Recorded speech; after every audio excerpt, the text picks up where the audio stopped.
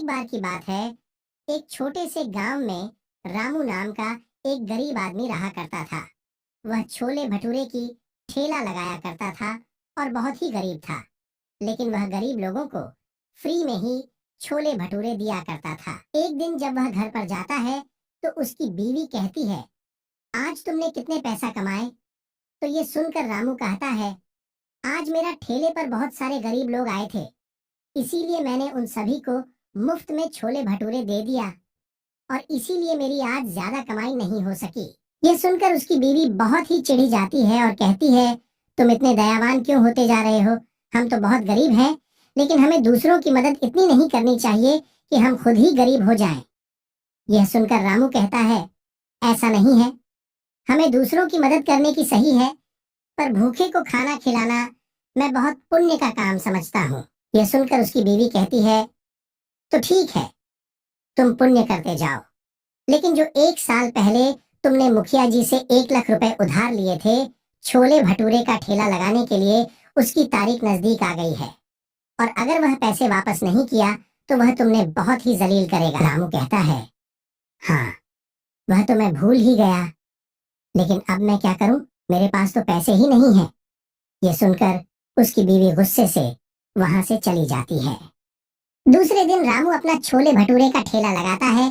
तभी वहां मुखिया आ जाता है और रामू से कहता है, मैंने तुम्हें पिछले साल 1 लाख दिए थे और ब्याज मिलकर मुझे अब पूरे 2 लाख चाहिए।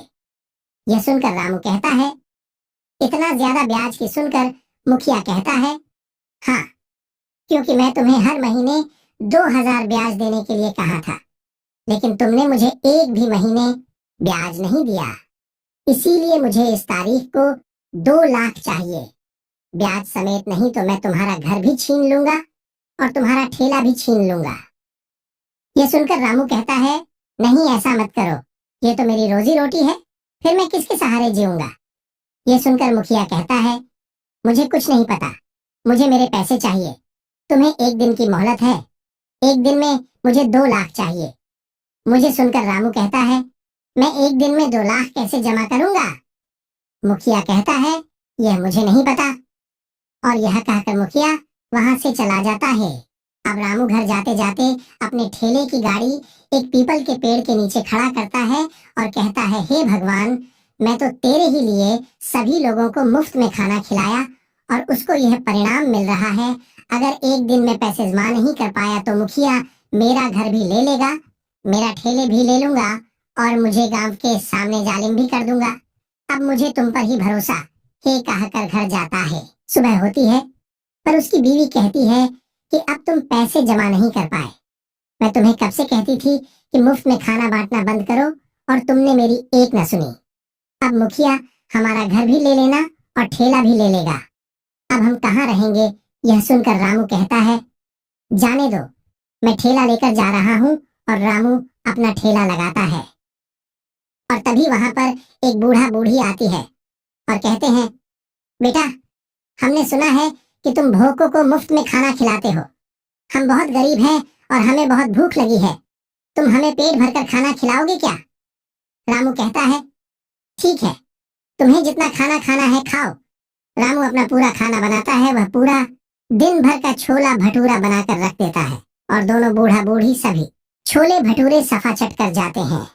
ये देखकर रामू चौंक जाता है और दिल ही दिल सोचता है, यह तो मेरे दिन भर के छोले भटूरे थे, उन्होंने यही खा लिया।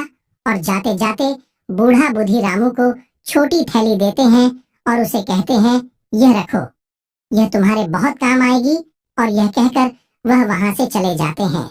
उनके जाने के बाद रामू जब थैली खोलकर देखा है तो वह पता है कि उसे थैली में कुछ कंकड़ थे। उन कंकड़ों को देखकर रामू कहता है, यह कंकड़ इन्होंने मुझे क्यों दिया? जाने दो, यह कंकड़ मैं उनका आशीर्वाद समझकर रख देता हूँ। रामू अपना थैला लेकर घर पर चला जाता है। घर पहुंचने के बाद उसकी बीवी कहती है, पैसों का इंतजाम हुआ? रामू कहते हैं, नहीं, अब तो मेरे जलील होने का वक्त आ गया है। हम मुखिया सारे गांव के सामने मुझे जरूर कसेगा और मेरा घर भी छीन लेना और ठेला भी छीन लेगा। लेकिन यह सुनकर उसकी बीवी कहती है, जाने दो, जो होगा देखा जाएगा। उसकी बीवी कहती है, तुम्हारे हाथ में क्या है? तो रामू बताता है, मैंने एक बूढ़ा बूढ़ी को मुफ्त में खाना खिलाया, इसी वजह से उन्होंने मुझे यह दिया है। रामू की बीवी बहुत ही उत्साहित होकर उसे थैली को खोलकर देखी है तो बोलती है, यह तो कंकर है, इन कंकड़ों का हम क्या करेंगे।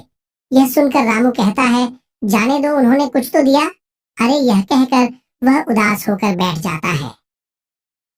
जब रामू सुबह नींद से जगाता है तो उसकी नजर उसे थैले पर पड़ती है। जैसे वह थैली अपने हाथ में लेता है तो वह चौंक जाता है, क्योंकि उसे थैली में कंकर की जगह कीमती हीरे थे। रामू समझ जाता है कि वो बूढ़ा बूढ़ी भेष बदलकर उसकी मदद करने के लिए आए थे। रामू जल्दी से शहर जाता है और एक हीरा बेचकर 2 लाख लेकर आता है, पर मुखिया के मुंह पे मारा जाता है। और जब वह घर जाते हैं तभी वो बूढ़ा बूढ़ी रामू के घर आते हैं और रामू से कहते हैं, जब तुम पेड़ के नीचे खड़े होकर भगवान से बातें कर रहे थे तभी हमने सभी बातें सुन ली थी और तुम्हारी मदद करने के लिए आए थे।